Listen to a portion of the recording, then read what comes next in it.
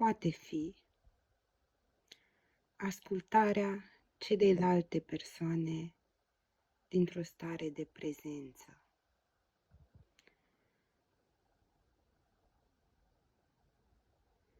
Adică, atunci când vorbim cu cealaltă persoană, să ascultăm ceea ce acel om, acea persoană ne vorbește, fără interferența gândurilor noastre.